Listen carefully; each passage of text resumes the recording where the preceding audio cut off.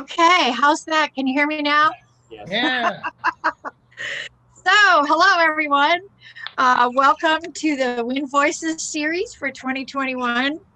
As you can see, we are so literally grassroots that I'm out mowing the grass, trying to figure out how to do this. I ended up in a whole other Zoom meeting. I don't know how that happened. But I'm so grateful that everybody's here. And I'm only going to take a moment just to give you a little bit of a background. This series is being hosted by Grandmother's Circle the Earth, by the Turtle Island Grandmothers Council, and with the support of the River Sidon Peace with Justice Project. And as you know, every Sunday afternoon for the rest of 2021, we're going to be having our speakers coming in. And it's amazing how it all happened because they just popped up. They just leaped up. It was nothing that anybody sat down and architected. It came on the wind, the voices that are going to be speaking to us. And we're all here to be able to learn that. We have some reasons for why we wanted to do this. The main reason is, of course, that we know by prophecy, we know by the signs, we know by the teachings we've been getting that 2021 is going to be a challenging year. And so that's the main reason. Here we have a time every week where we can go into the home of an elder and sit with them and be able to hear from them and to learn from them and to feel their spirit and to get those things which are being held there in their DNA for us. We're grateful to have this chance. And so with that said, I'm going to go ahead and turn this over to Rodney. Rodney is our host. The way we've done this is we're going to have Rodney introduce all of our elders, the men that are coming in to speak. And I will be doing the same with the women. So this week we have our wonderful Michael Bastine. And so here you go, Rodney, it's all yours now. Thank you. Good morning, good afternoon, and good evening. I'm Rodney Ristman, and on behalf of Grandmother's Circle the Earth, we welcome you all to the second of 52 inspirational lessons. We ask that you please remain muted for the entire call, and at the end, Mike will have a short question-answer session. If you have any questions, please note them down, and we will do our best at the end to answer these questions. Okay, let's begin. Today, we're blessed to have Michael Bastine share his wisdom with us. Michael is a co-author of Iroquois Supernatural, an Algonquin elder, and a student of Mad Bear. Michael is a teacher and cultural keeper and has been mentored by the Algonquin, the Iroquois, the Hopi, and the Cherokee. Michael's lessons are timely and accurate, and he has already taught me things that apply directly to my line of work. Michael was taught by one of our strongest elders, and this is very evident in his broad knowledge base and deep understanding of the lore surrounding many sacred teachings. I've watched several of Michael's presentations. I recommend you have a pen and paper handy. There will be things taught that are profound and will truly help us understand this great mystery we call life. We are in for a treat, and with that, I give you Michael Bastine. It's all yours, Michael. All right. Thank you. And greetings to everyone. You know, in my last through Sunray, we did a presentation to try to get the people who are awake and those who are awakening, to give them a little bit of an insight to what needs to be done, what we should be doing now. And what they put in front of me was that we need to reference or go back to what was put in place and is referred to as our original instructions. And people like that phrase, they like to hear what that is, but I've asked a few people just randomly if they knew what the original instructions are. And they looked a little confused. And I said, in order for us to know what the humans' original instructions are, we have to look into the creation. We have to look into nature. And all of the elements in nature whether they are trees, whether they are plants, food plants, medicine plants, whether they are the birds or the four-legged or the fish. They show us and they tell us what the original instructions are. That's why a raccoon follows the behavior and the life of a raccoon, because those are the original instructions for the raccoon. That's why the possum and the robin and the blue jay and all of these beings that we see out in this creation, the maple tree, the pine tree, they are all living and demonstrating their original instructions. The human is to learn and watch and recognize that we were given the responsibility, the duty of being caretakers, caregivers to the animals, to the land, to all of this living element of the creation. So our instructions are, and they are slightly different across that spectrum of all the races. But the races come from a culture, and the culture has specific pieces and parts to it that are designed specifically for that culture, for that group. But the part that is the common, that goes across all of the cultures and the races, is that we are caretakers for the earth. We are here to support, to assist, and work with these life forces that exist within this creation. So we have to keep working on trying to, in a sense, and I don't like so much using the reference of to define our original instructions, more than we are here to live our original instructions. And those, by living our instructions, means that not only are we humble, but we are also caring and making sure that we are living our lives that are the most respectful to the water, to the animals around us, and using the plants and everything that was gifted to us to its highest level, to honor that and recognize that these are the instructions that the humans have detached from. This is why we have the issues with the environment.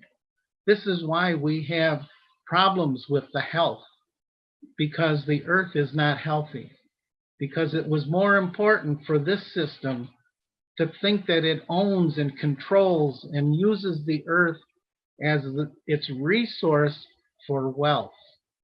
And it is a much greater gift than using the resources as a profit-making process.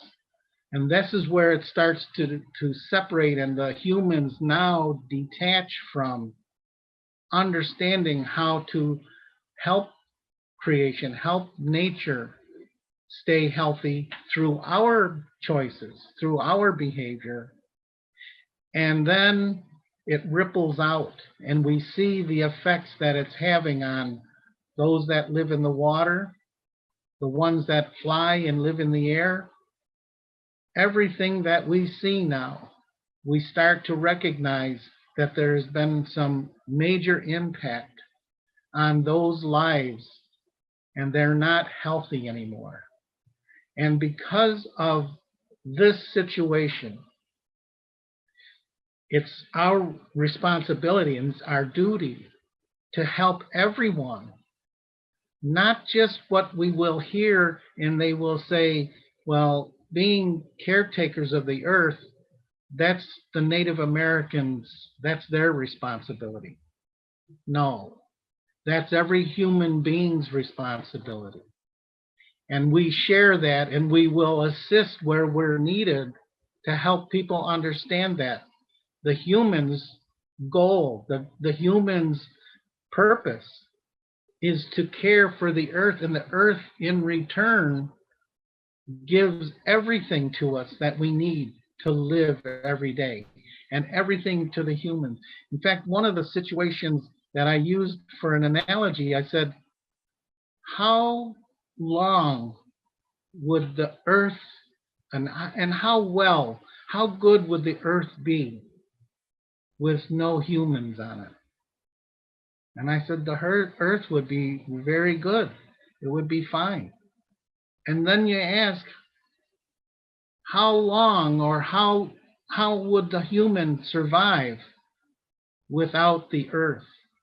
And we wouldn't. The earth needs us in one regard. But when we behave and have treated and systematically seen what has happened to the earth, and they can use that as either through political means or financial means. And yes, are there better means and ways to enjoy what the earth has provided for us? To say, we don't need to live in a hut with a dirt floor. We can still enjoy the comforts of life, but more responsibly and having less of an impact on the environment. But then when you tell that to people, they go, well, there's no profit to be made if we do that in that manner.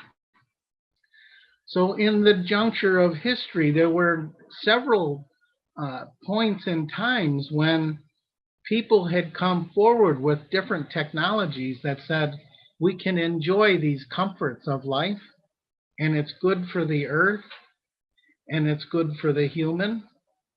And the people who were in charge of saying, we will not fund these other technologies or these other ways of using that, it was Tesla.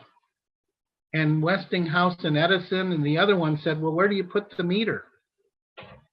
And he said, you don't get it. This is good for the earth, and it's good for the human. And the earth provides this energy. And here's how to harness it. Here's how to use it. Here's how it works. And they still said, but where do you put the meter? So we see now the agendas that have happened in the past. There was a juncture. And they could have said, we agree with you, Nikola Tesla. We agree that this is the better path to take. This is good for the earth, and it's good for the humans, and we can still benefit from these available energies. We can still use them. So we see the dilemma where we are today. And because of the place that we are at, now we have to start going back to, and this is what the words that just keep coming in and echoing from Mad Bear was, we need to go back to our original instructions. And the only way we can tell what those are is we have to look out into nature and see that the trees, the birds, they are all following their original instructions. And we need to place those instructions, and this is why we counsel. This is why we gather people together to say, here's the purpose. Here's why we need to discuss these things. Because our original instructions are the same for every human being. Take care of mom. Take care of the earth. She will provide you everything you need to live a healthy life and to be well and have a good understanding and stay connected to her. And by doing that, these are the teachings of the original instructions that say it really is a very simple way to live life. It is very easy to do. But when we get distracted by these other elements that tell us we should think a certain way, we should vote for something else, we should And I go, man, I said, you know, when every day when I go outside and I get where my open field is and I look back across the valley and I see the trees and I see the fields and I'm going, that's my world. That's the world that doesn't try to convince me that I need to take the side of the pine tree or I need to take the side of the apple tree or any of these other dilemmas that people want to try. In fact, one of the greatest teachings, which there is a documentary that was done on Sunray at the Peace Village. I believe it might be on Amazon, but I'm not up on all the techie stuff. But I know in that video, that documentary that was done, one of the very first, I guess, questions or things that Mad Bear had actually given to me was, he said, if we looked out the window today, and he said, we saw a robin and we saw a blue jay. He said, which one is right? And I said, I don't know. And he said, well, why don't you know? And I said, because the format of education that I went through, they always wanted to teach you scenarios or things that said, is this right or is this wrong? And I said, you're right. I said, they didn't teach things from a perspective that said, what's the problem with observing a blue jay and a robin and just saying neither one is right or wrong, they're different. And in fact, with the diversity, now we start to see that this creation and the creator loves diversity. If the creator didn't love diversity, all the birds would be one size, one song, one color feather. They wouldn't do different things. The grass would only be one color grass, one kind. No, it's so diverse and they each have their own specific purpose. So that message is in that documentary about the robin and the blue jay, because Mad Bear said you will never see the robin or the blue jay hop over to the other one and peck it and say, you build your nest wrong, you're eating the wrong foods, you're singing the wrong song, and look how you build that nest. He said they will never do that. And he said this is the original instructions being demonstrated to us for us to observe daily and realize that we can apply these teachings to ourselves. And when we have the ability to apply teachings to ourselves, it makes us look within. And then it teaches us to say, learn from the robin, learn from the blue jay, learn from the chickadee. Watch all these, they're beautiful little beings. And when I go out now, they come in really close. They're within a couple feet away, sitting in the trees. And I'm making my offering as I'm burning the tobacco. And they start singing. And I'm going, this is the perfect way that life should be. Why is the human making things so difficult? And this is the part that now we are in a time. And this thing that's going on with the COVID thing, that in one sense is a shot over the bow. But when I look at it more, it's a global warning for the humans to wake up to the fact that they have impaired nature. They have impaired the earth to heal itself by what we refer to sometimes as chemtrails.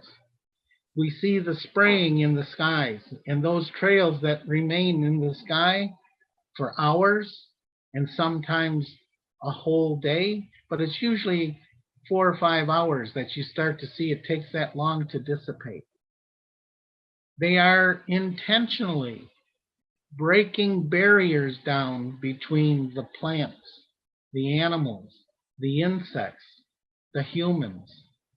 And now when you have what they refer to as a pandemic, a disease that typically was only specific to either an animal or a plant, and now it starts to jump the barriers because they're breaking these barriers down. Those things now, we start being affected. Our health is now being affected by this practice that, and they have all kinds of excuses for why they're doing what they're doing. But the impact and is happening globally. And what we see now is being set up almost as an environmental domino falling down of these barriers, starting with the water. And when the aquatic life and those things start being impaired and they're no longer able to remain healthy, and then that opens another pathway. And you start to see this is just the system is doing this, and they think it's perfectly fine. And the earth is going, wow, if we don't see a change soon, then the little dominoes, when they start falling, they start hitting the bigger dominoes, and we will see environmental collapses. And I'm hoping we can intervene before that happens, because what is on the horizon, we need to stay connected and networked with the people who have the abilities to survive, and not just survive, but make it through this change. And people like to use prophecy to scare people or make them, and I go, no. If it hasn't happened yet, we still have the opportunity to avert. We can still change and not let that happen because it hasn't happened yet. And people get worried and think, I mean, when I was growing up, I used to overhear some people that would say, oh, sounds like the end of the world. And as a kid, you're going, what the heck is the end of the world? And they make it sound so scary, and it's a punishment. And I'm going, you know what? Now that I've gone through enough of life, I can tell you that there will not be an end of the world. There will be end of times, but this creation will go on. And there's a great purpose for why we're going through this, and it has happened in the past. And as Mad Bear and some of the Hopis say, that we are in the fourth world and we are emerging into the fifth world. And the fifth world will be on that higher plane. So what is happening is as we go through this, in a sense, fourth dimensional world and are emerging into the fifth world, what comes through this, what survives or remains, is the earth is doing this so that all the life forms that go through this purification become higher functioning consciously. And this is the key to why we're going through what we're going through. We could do this individually or collectively without the earth doing it. But the system does not want to do that. It doesn't want to become responsible to say, let's stop dumping our waste here. Let's reprocess this stuff and not discharge things and destroy the waters and destroy the land and harm these animals and the life that's in this creation. And this has happened 4 previous times. And they said each time the life that has remained after, either you can refer to it as some of the scientific terms as an extinction-like event, what remains was higher functioning life. In fact, even in modern times, you know, and I've done talks on this with there was a guy named Darwin, and his work was great work. And a lot of people read and studied, and they tried to interpret what his work was. And a lot of them will come up with a conclusion that says this is what we've referred to as survival of the fittest. And that phrase only fits a very tiny, specific part of life, some of the animals out there. But what really should be looked at is it is the survival of the harmonious. And by seeing that we need to join and reconnect on the harmonious level with this creation, with nature, with the animals, to say, we're with you. We're here to help you. We're not here to cause any more disruption. But if we can't make this shift before the cosmic clock runs out, and we are running out of time, then we have to go through what was prophesied, which these teachings tell us, is prepare yourself, because when the earth enters in and goes through this process of purification, it's going to be difficult. And you should know how to find good sources of water. And there is a lot of good camping equipment out there now to purify water so that you have potable water. You will really start to learn how to ration food, because when there's failures in the growing seasons, and there's just times are going to get difficult because the earth is going to, in conjunction with the sun, things are going to shut down. And some people get really concerned about it. And I go, you know what? When we've had certain events like 9/11, and there were no planes in the sky for days and weeks, I would go outside and I just loved looking in the sky and not seeing or hearing a plane coming over. And I said, this is how life should be. This is how we should be experiencing this. And there's another interesting part to the 9/11 event. There's a man named Greg Braden. And Greg Braden has done a number of studies. And what was interesting, which happened on 9/11, was there are two geosynchronous satellites that measure the Earth's magnetic field. And they've been watching these. They've been charting what's going on with the Earth and the magnetic fields. On 9/11, when the first plane hit, about 15 minutes later, these two geosynchronous satellites measured the Earth's magnetic field, and it went off the charts. The Earth's magnetic field strengthened, stronger than they had ever seen it before. And the reason for that is our heart chakra. When this was witnessed on TV, it went collectively, the whole earth went right to their heart chakra. Our heart and our blood is filled with iron, which is directly connected to the magnetic field. We joined in with the earth and we strengthened that magnetic field. And the reason why that's key is that what's coming with the solar activity, there will be two solar events. And we're not too far away from that time. Solar sunspot cycles, they're supposed to be on somewhat of a schedule, but it varies.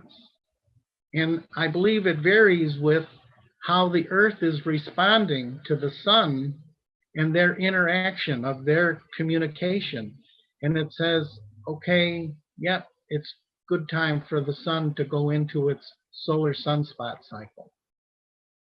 But there will be two events that come from the sun. The first event pushes the magnetic field off to the side, The second wave that comes in fries everything. There will not be any grid. There will not be any infrastructure. There will not be any communications with devices.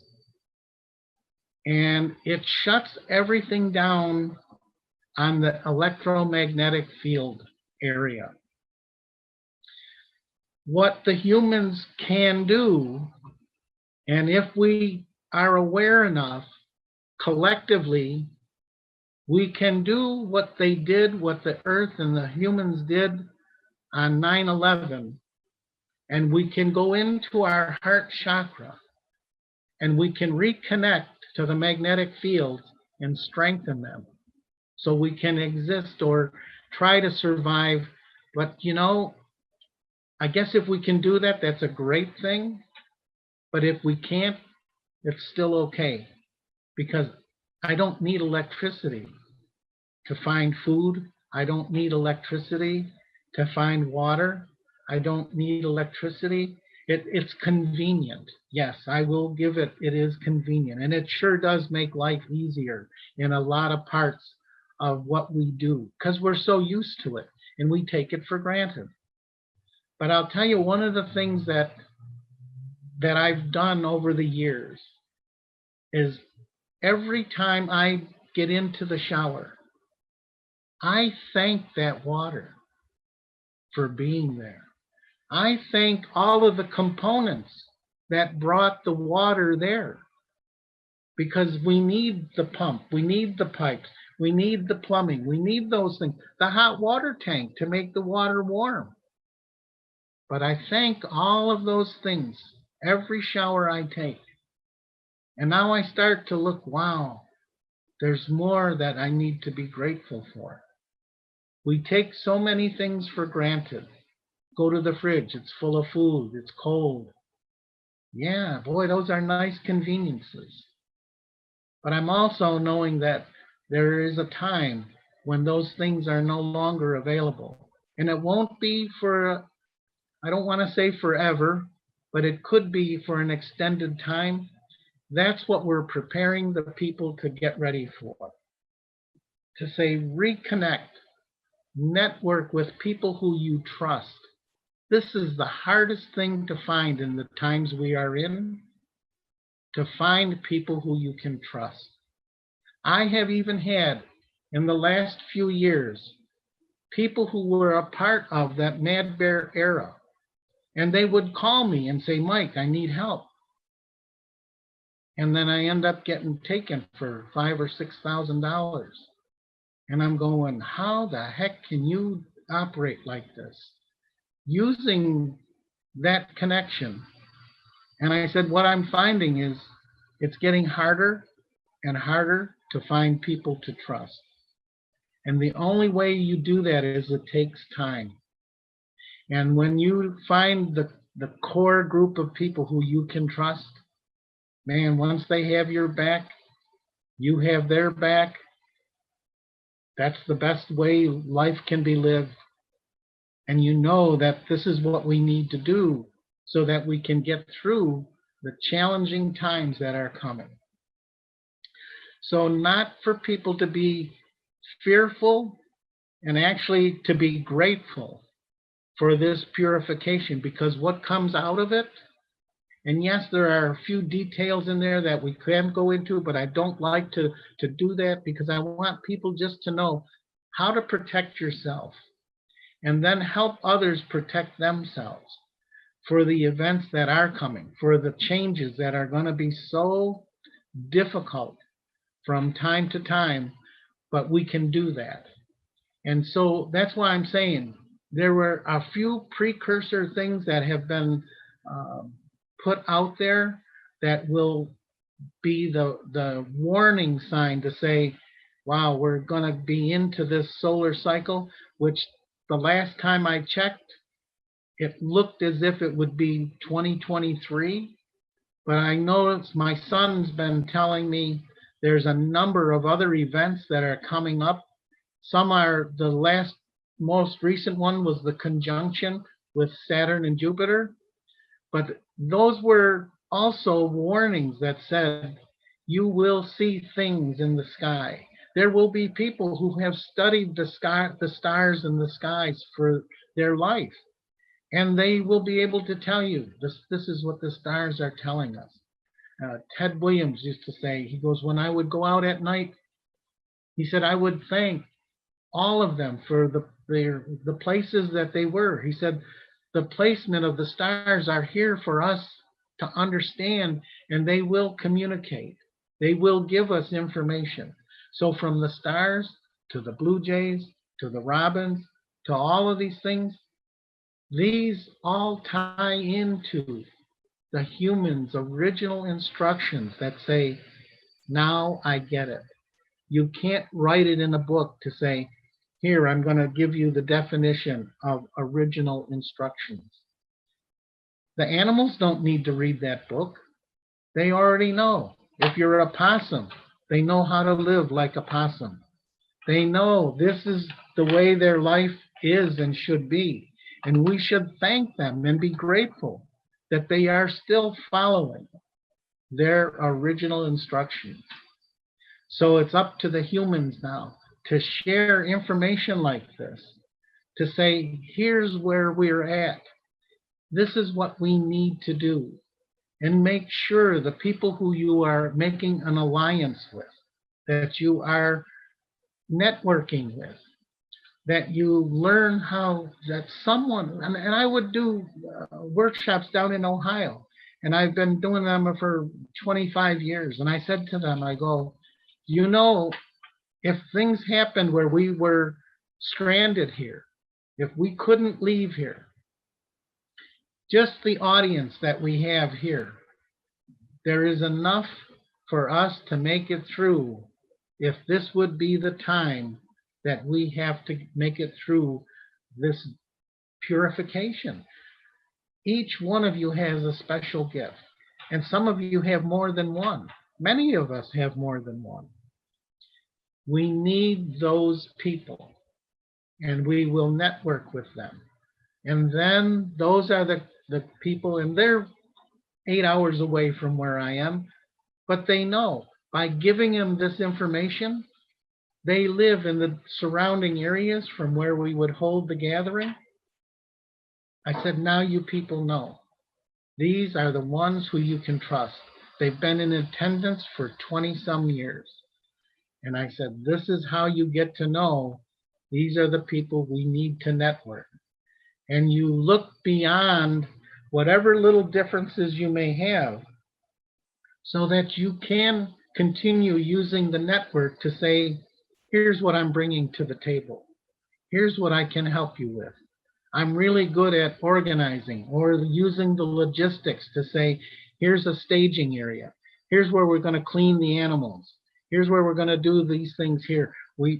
I said, it's so easy. How do you think they did it 300-400 years ago? This is how they lived. They didn't have toxic waste dumps. They didn't have places where they had disease.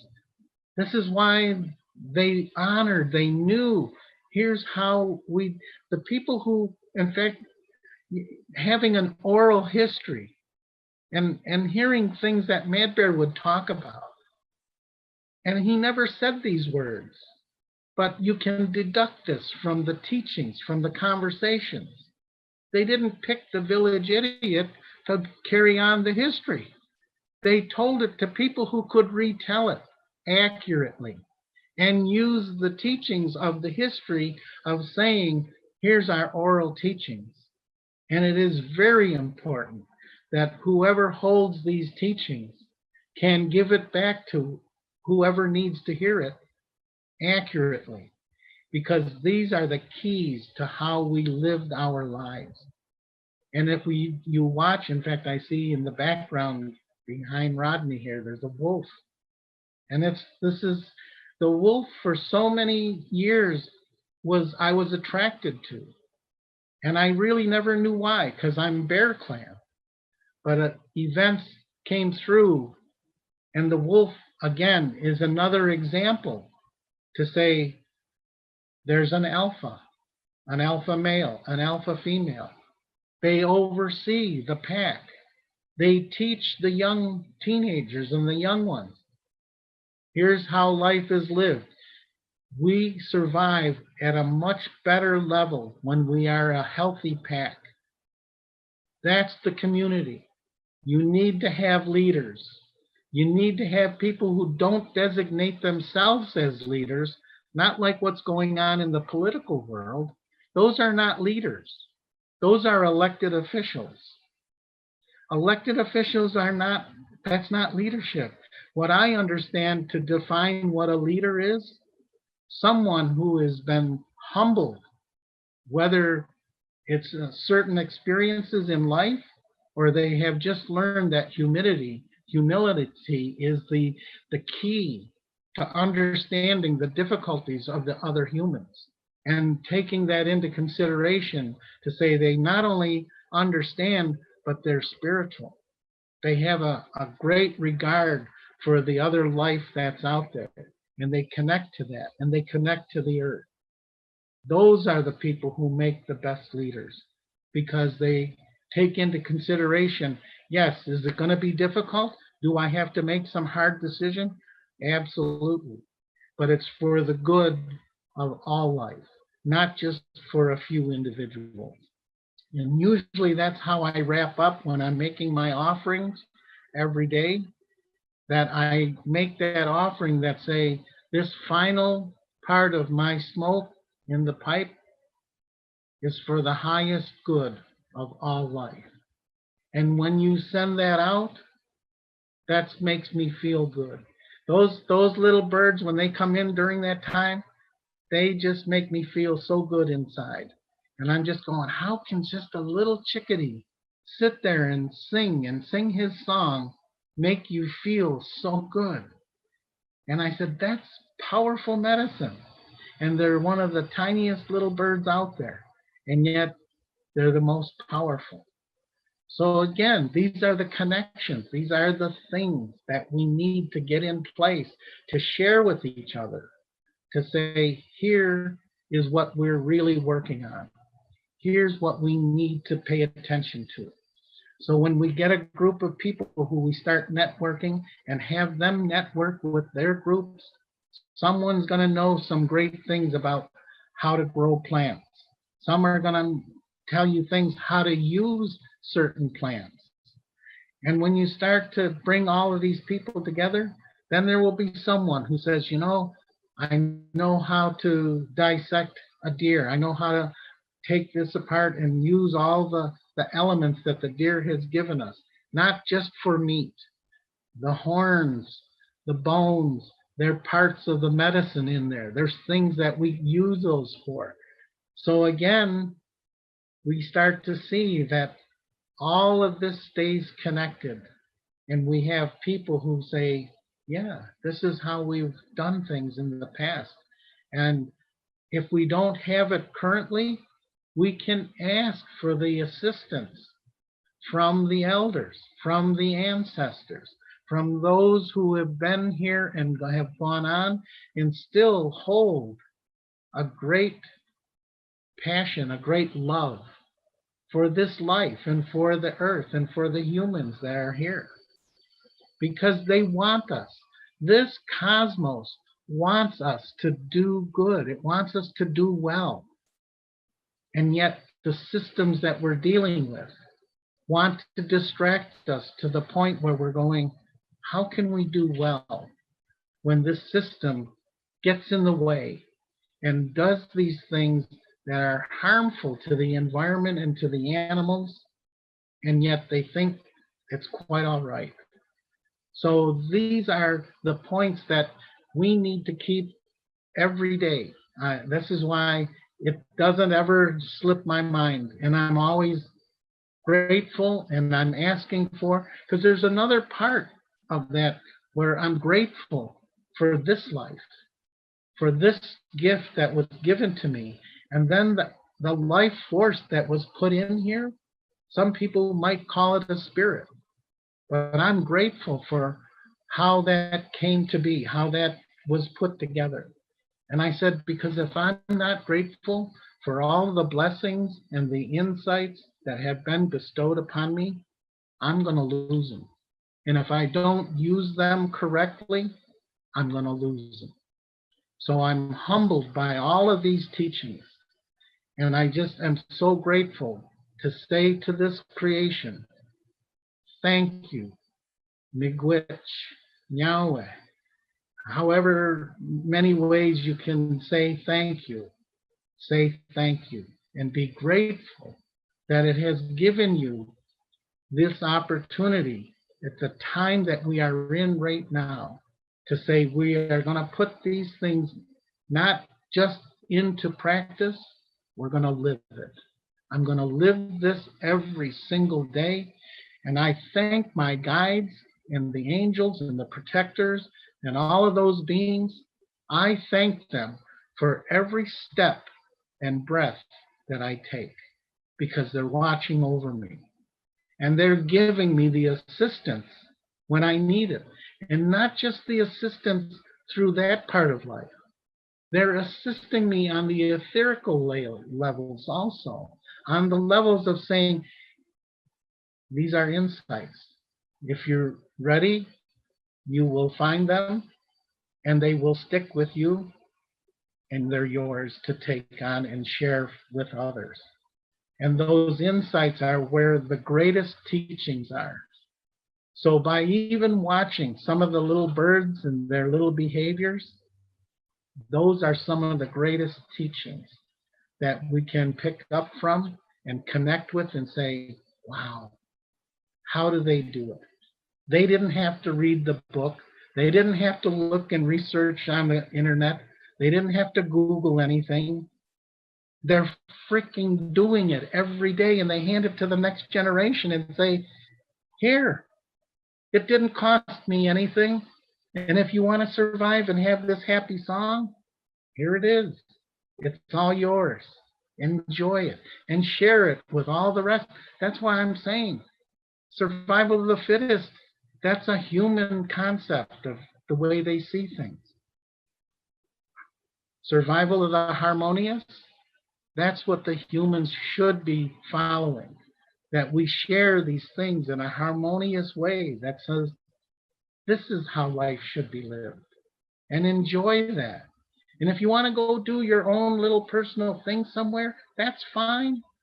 But don't think that that's the way that everyone else has to follow. That's yours. And then enjoy what you have. And if someone is interested, share and say, here's what I do. Here's how I handle it on a daily basis. So I'm giving you some of my more personal practices of things, but they work. They work for me. And I'm not saying it's going to work for you, but you might want to try it. It might have an impact. It may shift the way that you see things, even like stepping into the shower every day, where you start having gratitude for the water, being warm, washing and being clean and saying, boy, it feels good now. I can go out in life and share time with others. And this is great. This is the life that we want other people to understand and connect with. So this is the time that we're in. And these are the things that I've been working on, not just on my own. I have other people. In fact, the man that has the computer here, John Volpe, he's almost, it's hard to put into words because I know he trusts and we have a relationship that just goes beyond friendship. It says, I know, man, John has taken turtles that get hit by cars in the spring. He harvests the eggs and he put them in a nest and he helps them survive. He gives them an opportunity to keep the life going. He's Turtle Clan. That's his job. He's not doing a fantastic job. That's expected of him. But you know, he does a lot of extra things that aren't expected of him. Now he should be commended for doing above and beyond what is expected. A lot of times we get a little bit, I guess, not so clear that doing what we do as a good human, this is what we're trying to achieve. I mean, I have a daughter with Down syndrome, and I was challenged by the school every day, all the time. I said, you know, you poor people, you don't understand. She's the best human being I've ever met. When I tell her that, she beams. She lights right up. I'm going, there you go. She doesn't have to, she didn't come here to be an academic. She came here to show us what a good human being is, and you can't learn it out of a book. You have to live with it, and all of a sudden, now it makes even more sense. More sense than even having a culture. She doesn't need a culture. She came here as the best human being that a human could be because of that condition, being Down syndrome. It's the greatest gift a human could be. When I told Ted when she was born, I said, Ted, the doctor looked at her palm of her hand and he looks at the heart line, and it's a solid line across. That can be an indicator. And he whispered to me, he said, Mike, I think your daughter has Down syndrome. And I leaned back to him and I said, that's okay. He was shocked. You're supposed to be shocked and surprised and your jaws dropping and go, what?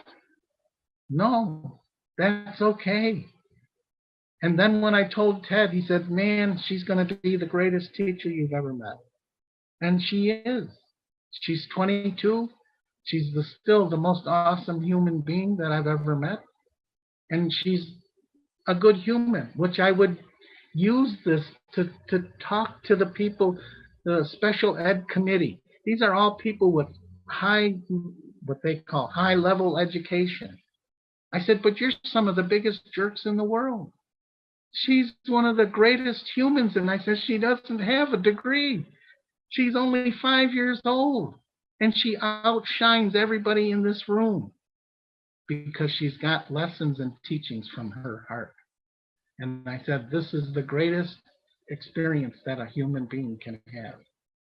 So you see, all of the teachings, they even go beyond from nature, from culture, from all of these experiences. Everything that comes into your life, it's for a reason. It's for helping us understand and use the teachings to help others understand. And when you show them that, and I know they didn't always appreciate me when they saw me coming through the doors at the school, but I told the superintendent after leaving one of their school board meetings, I said, when you see me come through that door, I don't want to hear, oh God, here comes Mike. I want to hear, oh good, here comes Mike. He's going to help us with some of the problems we have. And he laughed. And I said, you can think it's funny, but I said, when you see me come through those doors again, I said, you might be able to put these words together. You'll say, you know, Mike, you're the nicest guy we would ever dislike. But I said, that's okay. I says, you can dislike me all you want, because when I stand behind a good human being and I defend them and I stand with them, that's my job. And I said, your job is, I'm not sure what you even know what your job is, but that's my job, is to make good human beings. And I said, my other two children, they're very good human beings. And I said, they know the difference between using authority and the law, because my son he's a police officer, and doing the right thing. And I said, you do the right thing every time. I says, you won't hear any words from me. I said, but you start using that authority and you start doing things by the law. I said, and I don't think that that's the right thing to do. I said, then you're going to hear from Dad. But I said, right now, everything is looking good. You keep up the good job and keep up the good work. So this is pretty much how life goes on. And you use all of these elements to help others understand. This is how life needs to be lived, and we can show people it is possible. And is it a lot of work? In fact, at one point, my son said to me probably about 10 years ago, he said to me, he's 32 now, but he said to me, he said, Dad, I want to do what you do. Because he would watch me make a medicine bag or have words to have a blessing. And it made me feel really good that he wanted to follow this path. And I said, you have a family starter. I said, it's not easy. I said, you'll watch and you think that what I'm doing, you'll look and say, wow, it works for him and it's easy. I said, it's not that easy. I said, you got to dedicate a lot of time. And I said, sometimes it's difficult where you go through some really not so comfortable times. But I said, but it's for the good. And then it's worth it. And I said, so I'm glad that you want to follow what I'm trying to do. Well, I guess I am doing. But we have to put the work in. And I told him, I said, so it's not easy. Even though sometimes you think it looks easy, it really is, it's not an easy path. But I said, you know what? At the end of the day, it makes my heart happy to know that I did the right thing today to help people, to stand up for the things, the ones that need some assistance. And if you need to stand up for them and with them, that's what we do. That's what I do. Because I said, if they struggle and the system wants to beat them down and they're not doing anything wrong, just because they didn't have a permit or some minor detail, they're doing the right thing every day, I'll stand with that anytime and anywhere. And I will defend that. Doing the right thing is always what wins. And I said, it may not win in the system's eyes, but I said, it wins in the heart. And that's why we need to live and use our heart as a great part of how we go through every day and be grateful for that.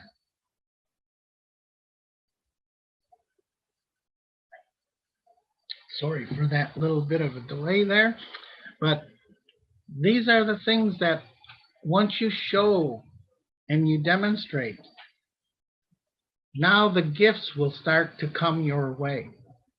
And there's things that are just, I still have a hard time believing that they have come into my possession.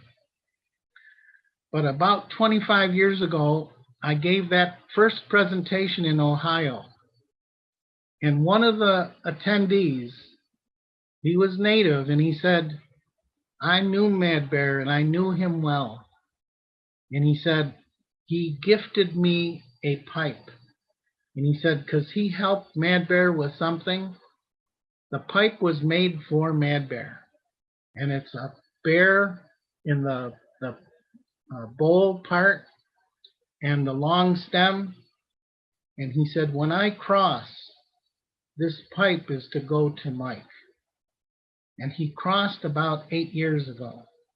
And his wife was so distraught, it took her 2 years to finally contact me. She was up in Alaska, and she says, I'm coming back to Ohio to live with my son.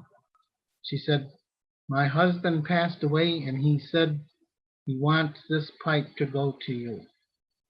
So when I did receive the pipe, I wasn't sure why, but I accepted that and I put it away. And about 6 years ago, I took a trip out to Washington State. And I went to visit with Rolling Thunder's son, Mala, Spotted Eagle. And I went to an old antique store. And I was just kind of looking around, and I saw an old, really antique, they would call antique, but it was a very old beaded drumstick. And I bought it. And I didn't know really why or for who, but when I went to go visit Mala, I took the drumstick with me. And I said, you know, Mala, I said, I'm here to visit. I've never met you before. I've read about you. I've heard about you. And I gifted him that drumstick. And he said, how did you know? I said, I didn't know. They know. And he says, I gifted away a drumstick a few years ago. And he said, I have to borrow one every time we have a drumming circle. So he accepted the drumstick. And he went in the house and he came back out with a golden eagle wing. And he said, Mad Bear gifted this to my dad back in the 60s. And I've seen photos with Rolling Thunder holding that eagle wing. And he said, this should go back to where it came from. So I took that with me. And now when I look at those, I'm going, these are not artifacts that you just show people. These are tools that need to be used and put to work. So they came at the right time, because when this starts, things begin to intensify. And Mad Bear had given some specifics to our geographic area. And he told me, he says, you're going to need the equivalent of 3 bushels of sacred tobacco. And he said, in the ceremony that's going to be needed to be done, he said, you will find the place. He said, it's south of here. He said, it's referred to as the land of the elms. This is part of the Haudenosaunee prophecy. And he said, you would gather the people in the hilly country, known as the land of the elms. And I know now that these are just not artifacts to be looked at. These are tools that need to be used for that time. And this is what's needed, is that the people who have the tools, now they need to learn how to use them. And we will be doing actually ceremony that has actually never been done before. And so to try to look into it, how do you do ceremony that has never been done before? And I said, but they will show us. They will help us. They will say, here's the time. You knew what the signs were.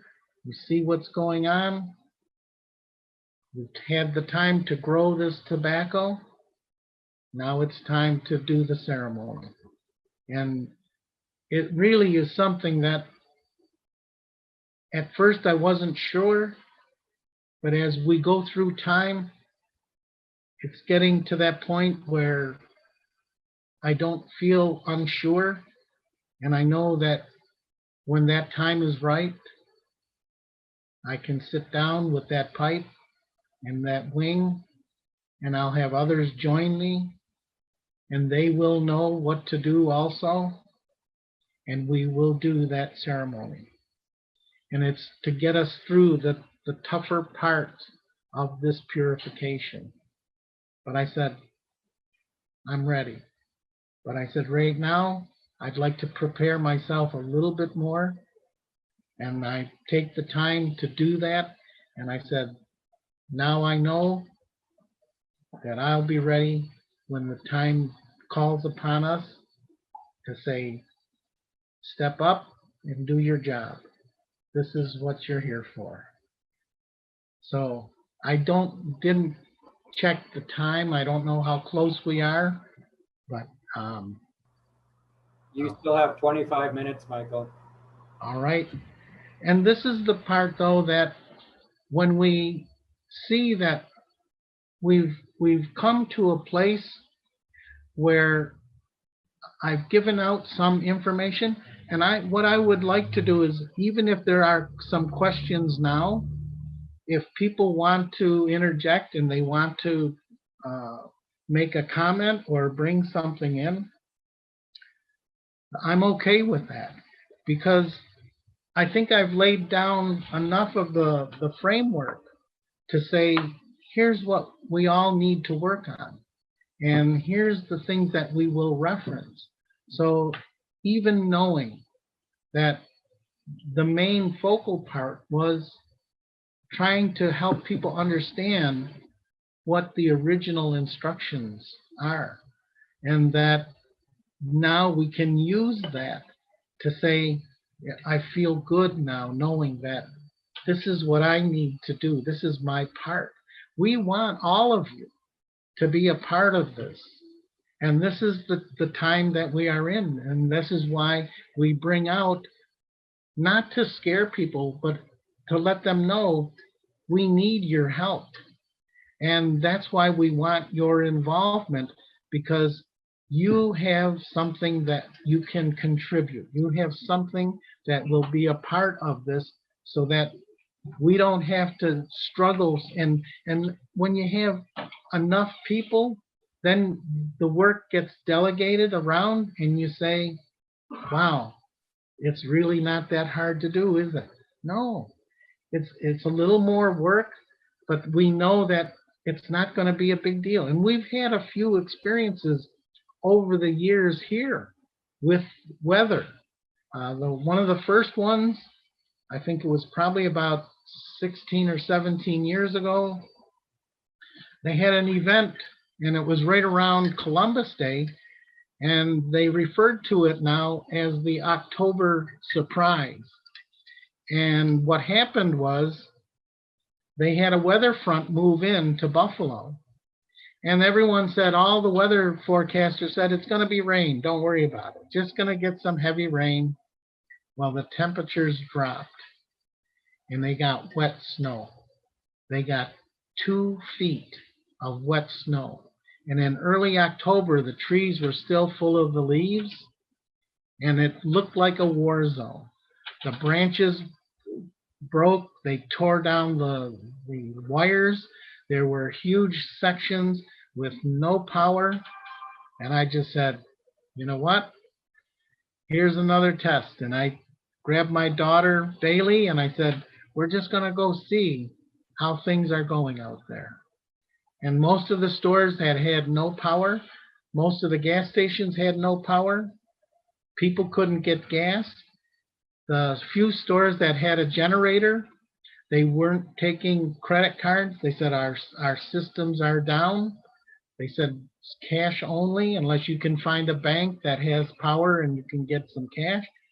But I said, this is just a little example.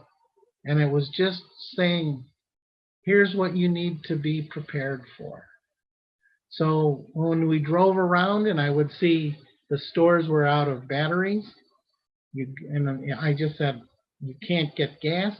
But the night before, I had a feeling that said, gas up the car.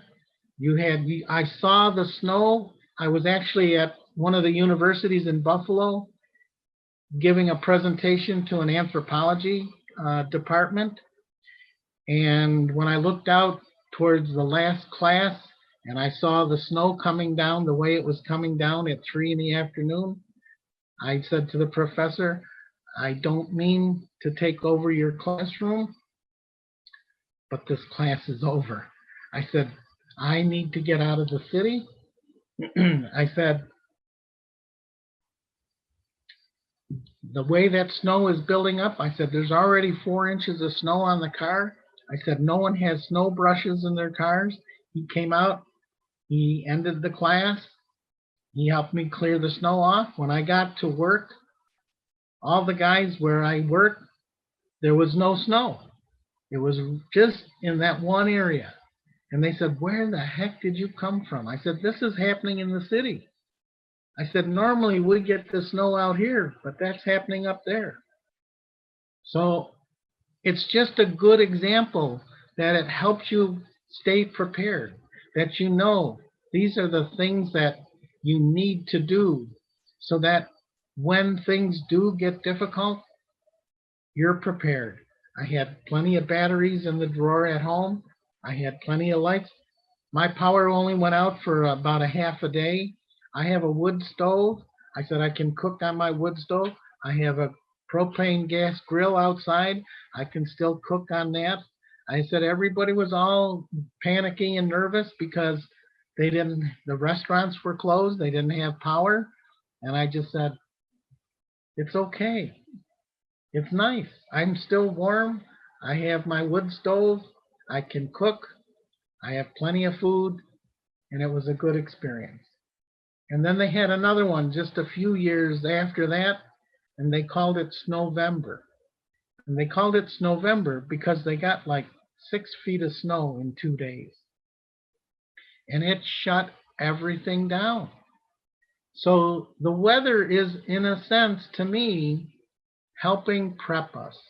It's helping us get ready to say, okay, when things get to that degree, I'm not going to hop in the car and drive up into the worst areas. I'm staying home. I'm going, if they need help, and then they would show on the news, there were people coming out to give assistance, but you wait for the storm to pass. And then you go out and start your cleanup, start your helping who needs help. And these are good practices. It's good things to have happen so that you start saying, now I know what I need to do to be prepped, so that when this event starts to happen, and this is why I gave a little bit of saying the events with the sun coming and how that's going to impact the earth, but we do have a remedy if we collectively, and no one had to tell anyone what to do on 9/11. It happened automatically. When the world saw what was going on, they went right into their heart chakras and they connected with the magnetic field.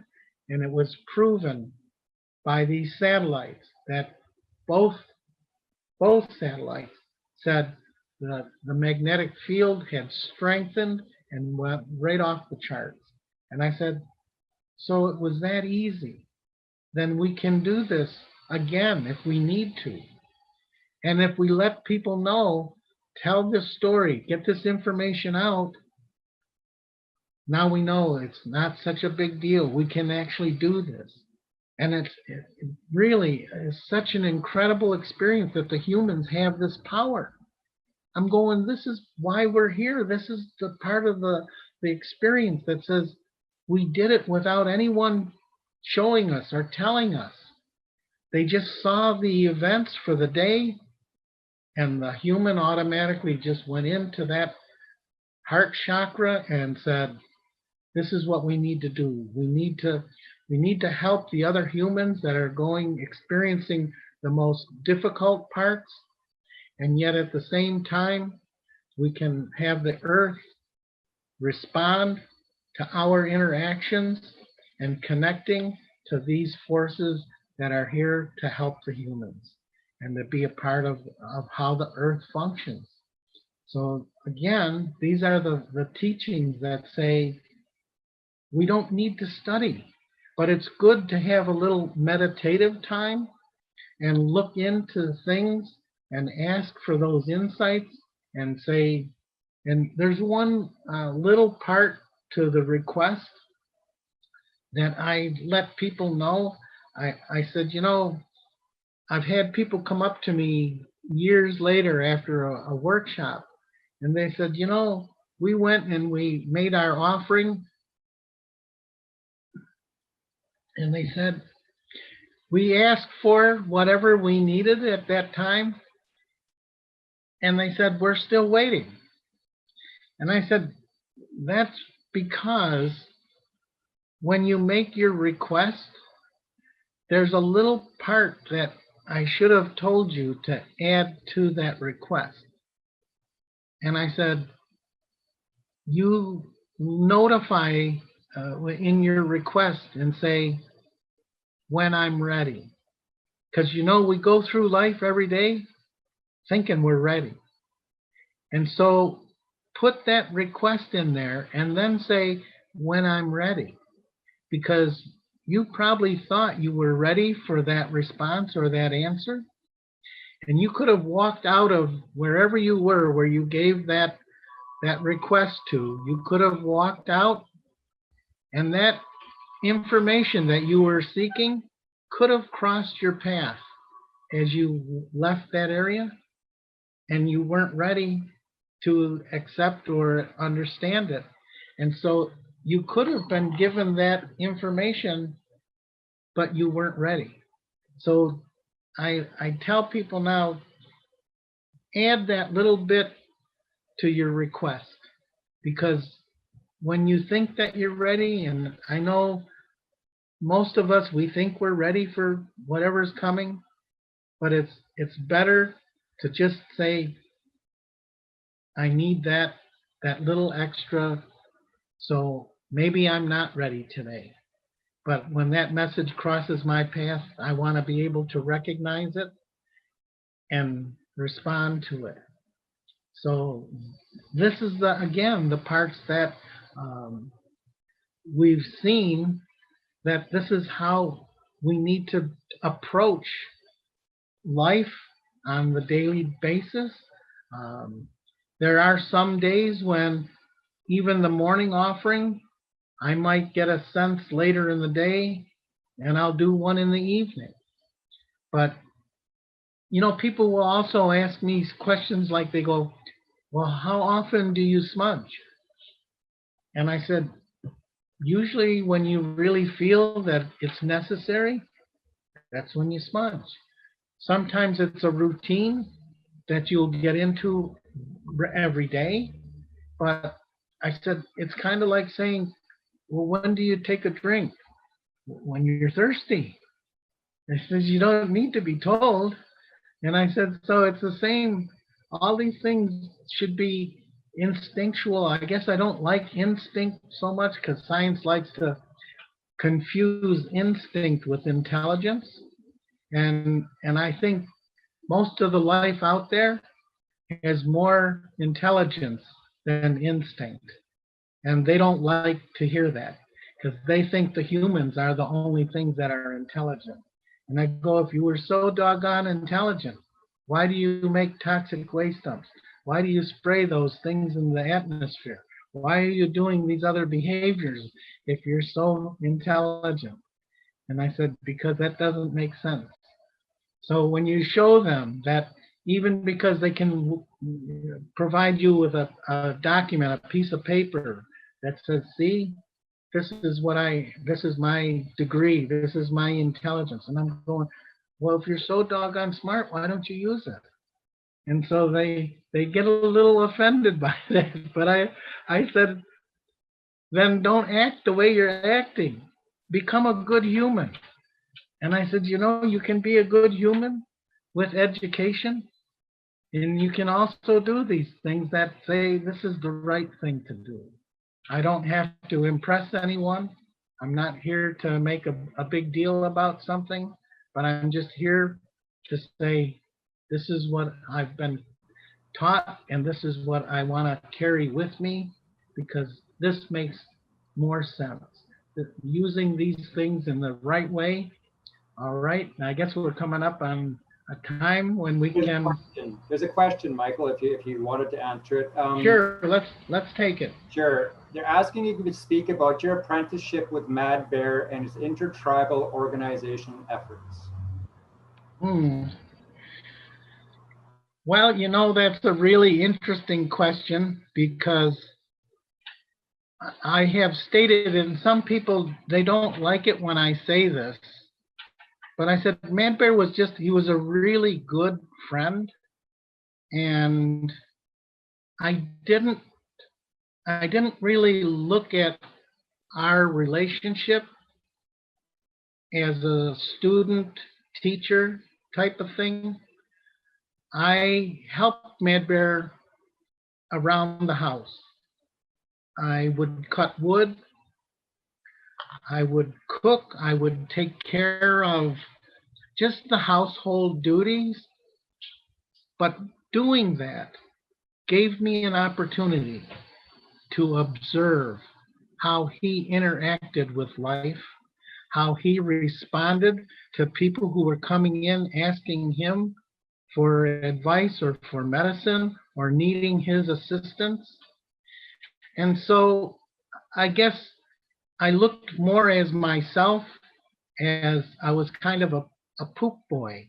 I mean, I cleaned up just the things that you'd say, this is my job. This is what, and it wasn't a horrible thing to do, but it gave me the opportunity to observe not only how he lived life, but how he responded, how he interacted with things. And because of that, I was able to really see the true, this is how you apply these teachings, because he lived it. And I would hear people ask him, Mad Bear, oh, we like to hear the things he was talking about. And they said, what do you call your religion? And he said, we don't have a religion. He said, it's a way of life. And he said, because we live it. We don't just practice. In fact, he would get a little, kind of sometimes a little rough on some of the people.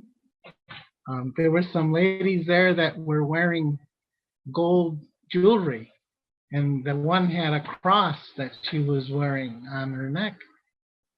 And he asked her, he says, why do you wear that cross? And she says, well, it reminds me of Christ and what he went through. And Mad Bear asked her, he says, if there would have been electric at the time, and they would have executed him in an electric chair, would you wear a little electric chair around your neck? And she didn't know how to answer him. So he said, well, what if they had a noose and they hung him by a rope? He said, would you wear a little noose around your neck like that? He says, because that was used to execute him. And she never thought of it like that. So just having experiences, it really shows you, wow, how people take what someone hands them and they don't question. They don't think about, and then it's come to me, recently. I go, there's talk that says that Christ is going to return. And I said, for all the places that are displaying a cross, if I would happen to have an opportunity to stand there with Christ, I would point to that cross and say, does that bring good memories to you? Is this a day that you want to remember? Is this something? I mean, we need to be thinking about all of the things that we're doing and following and saying, wow, I need to make more sense of everything before I just follow. Just before someone says, this is our practice, this is what we do. And I go, okay. But you start to see, wow, we need to be more considerate of the whole experience of life. So, and then the intertribal thing, yes, Mad Bear, we traveled. Now, he was one of the first, him and a man named Beeman Logan, that did what they called a unity caravan. And back in the late 50s, Mad Bear had found out that out west, there were flyers that had been distributed by the Bureau of Indian Affairs. And the flyers told the Hopi, the Navajo, a lot of the other native peoples that there were no more natives practicing, there was no more natives living east of the Mississippi. So he said, I'm going to change that. And he went on the caravan with this man, Beeman Logan. And they stopped at as many reservations as they could to say, here's our ceremonies. Here's what we're still doing. We are not gone. We are here and we are following our teachings. And he says, and this is what we want people to know. And go back to your roots and follow your teachings. Find those bundles that were put away, open them up, and start using your practice. Do what we were instructed to do. We were given it. These are again, connecting to our original instructions. Have the ceremonies on the moon phases. Have the ceremonies for the solstices, on the equinoxes, on these cosmic events. These are the cosmos saying, here's the time in which you're supposed to prepare for the next season that is coming.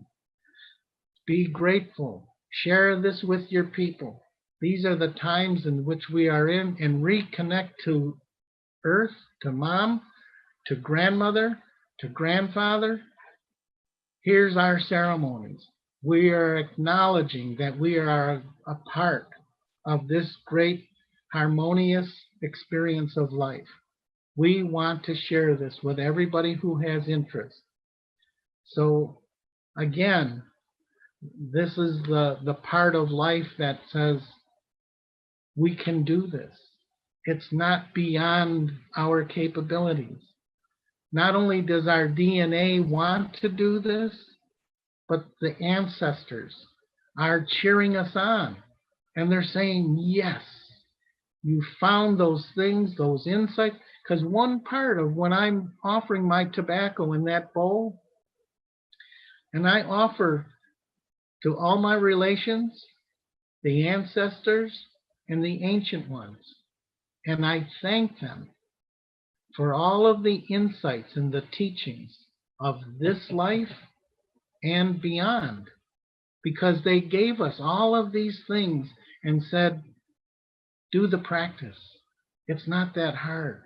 Just go out and acknowledge when you see. In fact, that was another great teaching from Mad Bear. He said, when you go out and you see in the sky, whether it's the morning or the evening, and you see the sun and the moon out together, he said they're having conversation.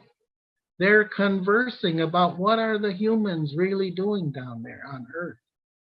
And he said, so we need to thank them for still observing and being a part of this life and exchanging that information that says, we're interested. We want to see what you're doing. We hope you're still following the teachings that we left with you. We hope nothing distracted you and steered you away from this, because it's just an acknowledgement of this creation. And that makes us happy when you understand that. Okay? We're in our last minute. We'd be honored if you would close for us. And just a reminder, this is a reoccurring Sunday Zoom that we are doing. Thank you very much, Michael. Well, it was an honor, and I'm grateful to all of you, and let this interaction be the prayer that will go on forever. So thank you for your kindness, your generosity, and your assistance to help get this message out. Thank you, Michael. Thank you, everyone, for attending. I will be ending the call now.